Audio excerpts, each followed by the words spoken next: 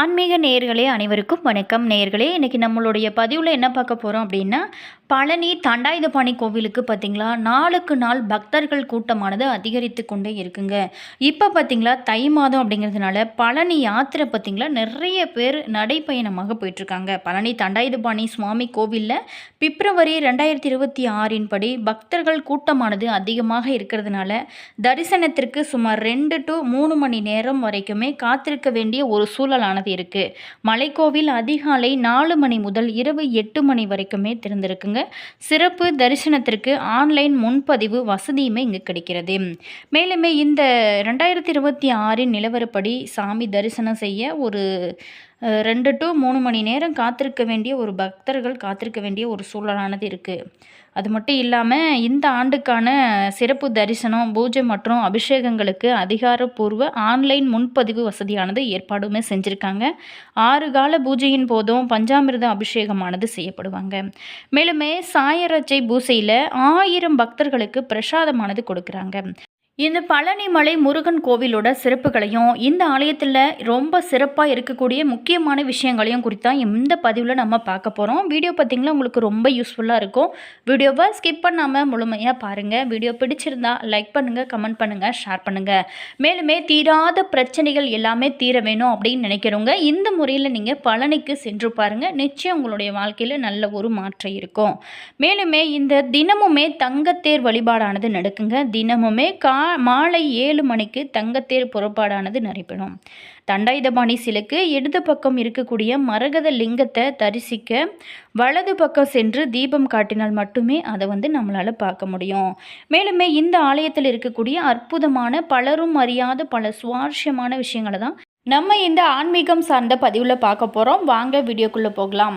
முருகப்பெருமானுக்கு எத்தனையோ கோவில்கள் இருந்தால் கூட ரொம்ப தனிச்சிறப்பு வாய்ந்ததாக இருப்பது இந்த பழனி முருகன் கோவில் தாங்க.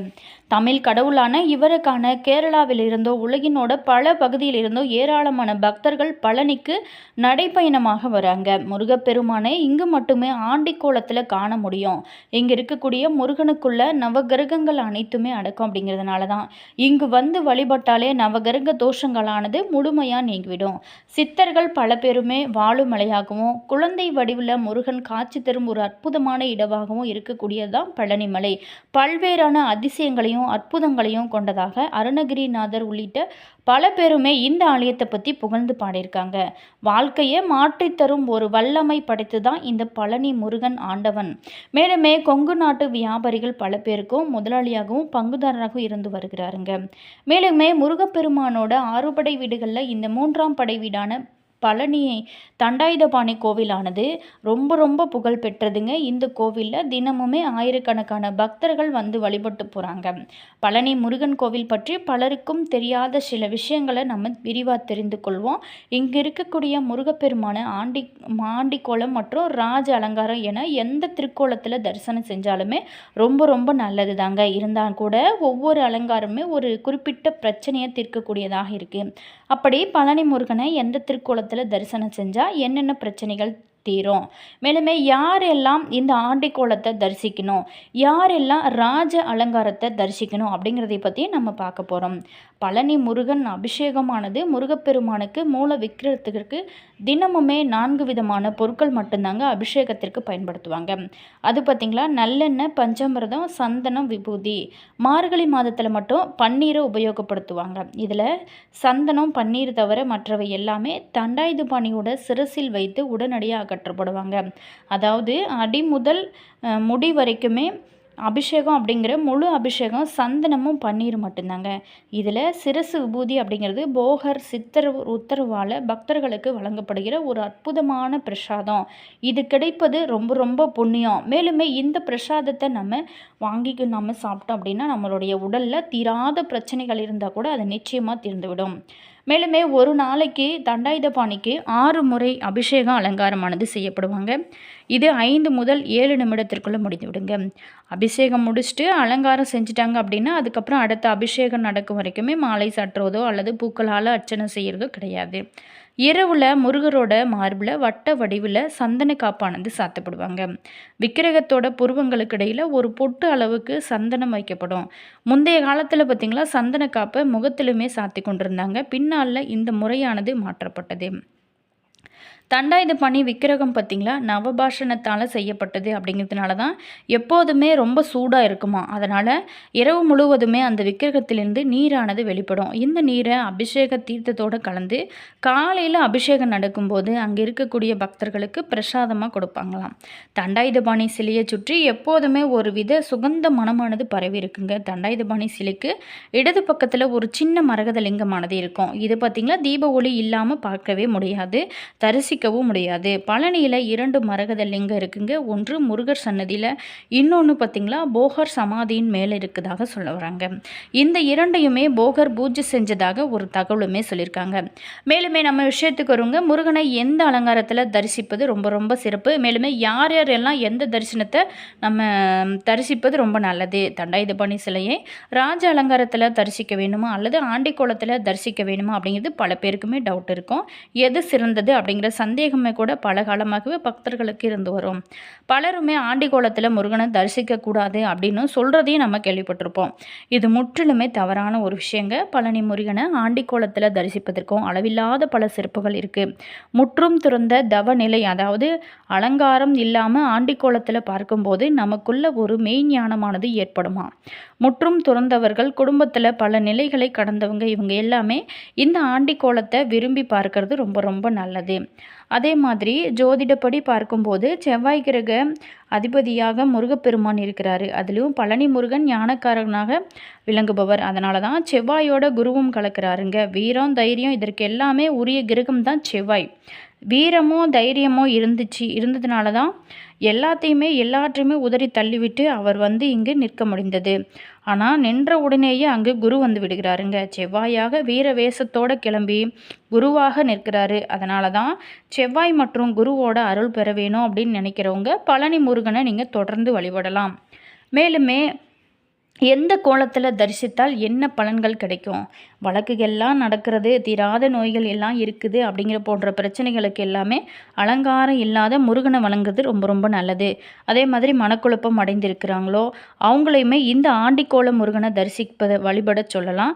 மேலுமே அவங்களுக்கு மனநிலையில் நல்ல மாற்றங்கள் ஏற்படுகிறது. பேச முடியாதவங்க, குறைபாடு இருக்கிறவங்க, மன எழுச்சி மன உளைச்சல் இருக்கிறவங்க, இவங்க எல்லாமே ஆண்டிக்கோலத்தை பார்த்தால் ஒரு சாத்வீகம், அதாவது ஒரு சமத்துவம் அவங்களுடைய மனதிற்குள்ளே பாயும். பெண்ணிற்கு கல்யாணம் முடிக்க போகிறோம், பத்திரிக்கை அடித்து கும்பிட போகிறோம், வீடு விற்பது வாங்கிறது அல்லது கட்டுவது, அதுக்கப்புறம் கட்டியதுக்கப்புறம் கிரகப்பிரவேசம் செய்கிறதுக்கு, இது எல்லாமே ரொம்ப ரொம்ப முக்கியமான விஷயங்க. இது எல்லாமே ராஜ அலங்கார கோலத்தில் தரிசிப்பது ரொம்ப ரொம்ப நல்லது. நம்மளால் சரி செய்யக்கூடிய விஷயங்களுக்கு எல்லாமே ராஜ அலங்காரம் ரொம்ப ரொம்ப நல்லது. நம்மளால் முடியாது, மருத்துவராலும் முடியாது, யாராலையுமே இது சரி செய்ய முடியாது போன்ற பிரச்சனைகளுக்கு எல்லாமே இந்த ஆண்டிக்கோலம் ரொம்ப ரொம்ப உகந்த தரிசன கோலமாக இருக்குது. மேலுமே இதை சரியான முறையில் நீங்கள் பயன்படுத்தும் போது உங்களுடைய வாழ்க்கையில் நல்ல ஒரு மாற்றமோ ஏற்றமோ இருக்கும். அதே மாதிரி நீங்கள் எந்த கோலத்தை ஆண்டிக்கோலமா அல்லது ராஜ அலங்காரமா எந்த தரிசனத்தை பார்த்தீங்க அப்படிங்கிறது மறக்காமல் கமெண்ட்ஸில் சொல்லுங்கள். அதே மாதிரி பழனி முருகன் சிலையோட சிறப்புகளை பார்க்கலாங்க. முருகரோட சிலையானது நவபாஷணத்தால் சித்தர்களில் ஒருவரான போகரால் வடிவமைக்கப்பட்டதுங்க. நவபாசனம் அப்படிங்கிறது 9 வகையான நச்சு பொருட்கள் சேர்ந்து இந்த நவபாசன சிலை மீன்களை போன்ற செதில்களை கொண்டதாக இருக்குது. தற்பொழுது இந்த சிலை பார்த்திங்களா சிறிது பழுதுபட்டுள்ளதாகவும் சொல்லப்படுறாங்க. இரவுல இந்த சிலையின் மீது முழுவதுமாக சந்தனம் பூசப்பட்டு காலையில் விஸ்வரூப தரிசனம் காணக்கூடிய பக்தர்களுக்கு இவங்க பார்த்திங்களா சிறு வில்லை பிரசாதமாக கொடுக்குறாங்க. இது ரொம்ப ரொம்ப மிகச்சிறந்த மருந்தாக கருதப்படுதுங்க. இந்த பிரசாதம் கிடைப்பது அரிதான ஒரு விஷயம். இதை சாப்பிடுவது ரொம்ப ரொம்ப நல்லது. மேலுமே போகர் பார்த்திங்களா தமிழ்நாட்டில் உள்ள ஒரு பிரபலமான சித்தர். இவர் நவபாசன முருகன் சிலையை செஞ்சது மிகச்சுவையான ஒரு தகவல்னே சொல்லலாம். அகத்தியர் தன்னை நாடி வரவங்களுக்கு பஸ்பம், வில்லை போன்ற மருந்துகள் அளித்து நோயை குணப்படுத்தி வந்தாராம். போகரோ நவபாஷணம் கொண்டு செய்த வில்லைகளை தன்னை நாடி வரவங்களுக்கு இவர் கொடுத்து வந்திருக்காரு. அகத்தியரோட மருந்துகளால் சீக்கிரமாகவே மக்கள் பார்த்திங்களா குணமடைந்து வந்திருக்காங்க. ஆனால் போகர் மருந்துகளுக்கு வீரியம் அதிகமானதுனால மக்கள் நிறைய பேர் உயிரிழக்க ஆரம்பிச்சிட்டாங்க ஆரம்ப காலத்தில். இதை கண்ட போகர் பார்த்திங்களா நவபாஷணத்தால் ஒரு சிலையை செஞ்சு அதன் மீது சந்தனத்தை பூசி அதிலிருந்து ஒரு குண்டுமணி அளவுக்கு மட்டும் வெள்ளையாக தன்னை நாடி வரவங்களுக்கு கொடுத்து நோயை குணப்படுத்தி வந்தார் அப்படிங்கிறது பழனியில் வழங்கி வரக்கூடிய ஒரு செவிவழி செய்தியாகவும் சொல்லப்படுறாங்க. இதனால தான் நமக்கு ஒரு சிறு வில்லை பிரசாதமாக இது பார்த்திங்களா வழங்கப்படுறாங்க. இது நம்மளுக்கு தீர்த்தத்தால் இது கலந்து இதையும் கொடுக்குறாங்க. மேலுமே கேரள மாநிலம் எலபெத்தமேடு அப்படிங்கிற ஊரை சேர்ந்த அடியவர் ஒருவர் சுமார் 450 ஆண்டுகளுக்கு முன்னாடி காவடியை சுமந்து வந்திருக்காரு. மரம் மற்றும் அலுமினிய கலவையினால் தயாரிக்கப்பட்டிருக்குள்ள இந்த காவடியோட ஒரு பக்கத்தில் வள்ளி தெய்வானை சமேத முருகரும் மற்றொரு பக்கத்தில் சித்தி புத்தி சமேத விநாயகரும் பொறிக்கப்பட்டிருந்தாங்க. மலை உச்சியில் போகர் சமாதி பகுதியில் இந்த முதல் காவடியை தற்போது வரைக்குமே பத்திரமா பாதுகாத்து வருகிறாங்க. அது மட்டும் இல்லாமல் இந்த பழனி திருவிழாக்களுக்கு பெயர் பெற்ற ஒரு ஊருன்னே சொல்லலாங்க. இங்கு நடக்கக்கூடிய குறிப்பிடத்தக்க திருவிழான்னு பார்த்தோமா தைப்பூசம் ரொம்ப சிறப்பாக நடைபெறும். பங்குனி உத்திரம், சூரசம்ஹாரம். அதே மாதிரி மிகவும் பிரசித்தி பெற்ற ஒரு பிரசாதம் இந்த பழனி மலையில் பஞ்சாமிர்தம் ரொம்ப ரொம்ப சிறப்பாக இருக்குங்க. தங்கத்தேர் வழிபாடு, காவடி சுமந்த அடியர்கள், மேலுமே உச்சி அடைவதற்கு 2 வழிகளுமே இருக்குது. ஒன்று யானை பாதை, ஏறுவதற்கு இதை பயன்படுத்தினா எளிதாக இருக்கும். நேர்பாதை, இதை இறங்குவதற்கு நீங்கள் பயன்படுத்தலாம். மேலுமே பழனி முருகன் ஆலயத்திற்கு சென்று வந்தாலே நம்மளுடைய வாழ்க்கையில் நிச்சயமாக நல்ல ஒரு மாற்றமும் ஏற்றமும் கிடைக்கும். அதே மாதிரி முருகன் வழிபாடு செய்வது உங்களுடைய வாழ்க்கையில் மிகப்பெரிய ஒரு மாற்றத்தை கொடுக்கும். இந்த பழனி முருகனை நம்ம ஆண்டிக்கோலத்திலையும் தரிசிக்கலாம். அதே மாதிரி ராஜ அலங்காரத்திலையும் தரிசிப்பது ரொம்ப ரொம்ப நல்லது. இருந்தால் கூட ஒரு சில குறிப்பிட்டவங்க இந்த தரிசனத்தை தரிசித்தால் ரொம்ப ரொம்ப சிறப்பு. வீடியோ பிடிச்சிருந்தா லைக் பண்ணுங்கள், கமெண்ட் பண்ணுங்கள், ஷேர் பண்ணுங்கள். நீங்கள் இன்னும் இனியவள் உற்சாகம் சேனலை சப்ஸ்கிரைப் பண்ணாமல் இருந்தீங்களா சப்ஸ்கிரைப் பண்ணிக்கோங்க. கூடவே இருக்க பெல் பட்டனையும் ப்ரெஸ் பண்ணிக்கோங்க. அப்போ தான் நாங்கள் போடுற ஒவ்வொரு வீடியோஸுமே உடனுக்குடன் நோட்டிஃபிகேஷனை வந்து சென்றடையும். உங்களோட கருத்தை மறக்காமல் கமெண்ட்ஸில் சொல்லுங்கள். All viewers, thank you.